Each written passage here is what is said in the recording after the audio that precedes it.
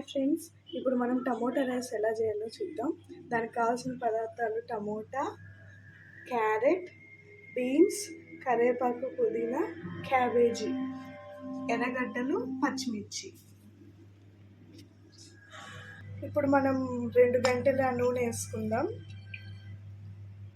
నూనె వేడెక్కాక లవంగాలు, చెక్క, ఆకు, బిర్యానీ ఆకు వేసేసుకుందాం.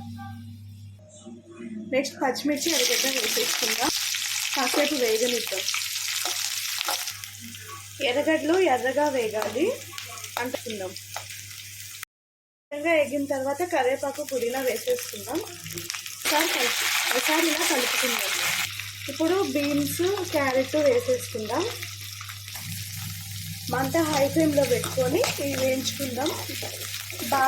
ఇవి బాగా మెత్తగా అయ్యేంత వరకు వేయించుకుందాం. ఇలా 4 నిమిషాలు వేయించుకున్నాక క్యాబేజీ వేసేసుకుందాం.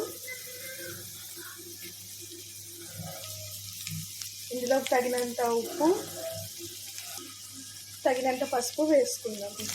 ఇప్పుడు రెండింటికి బాగా కలిసేలాగా కలిపేసుకుందాం. ఇప్పుడు క్యాబేజీ మెత్తగా అయ్యే వరకు 3 నిమిషాలు వేయించుకుందాం. వేగిపోయినాయన్నీ ఇప్పుడు టమోటా వేసుకుందాం.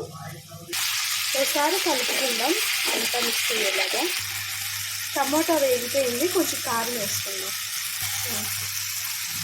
ఇప్పుడు అంతా కలిసేలా ఒకసారి కలిపేసుకుందాం. పచ్చివాసన పోయేంత వరకు వేయించుకుందాం. కారం వేగిపోయింది, ఇప్పుడు ధనియాల పొడి కొంచెం వేసుకుందాం. ఇప్పుడు కలుపుకుందాం అంతా.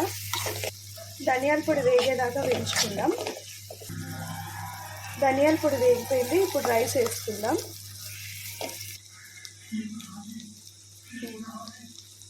అంతా కలిసేలాగా మిక్స్ చేసుకుందాం. ఒకవేళ ఈ రైస్ చాలకపోతే ఇంకొంచెం రైస్ వేసుకుందాం. చిన్న మంట మీద ఇప్పుడు అన్నము బాగా వేగనిద్దాం కాసేపు.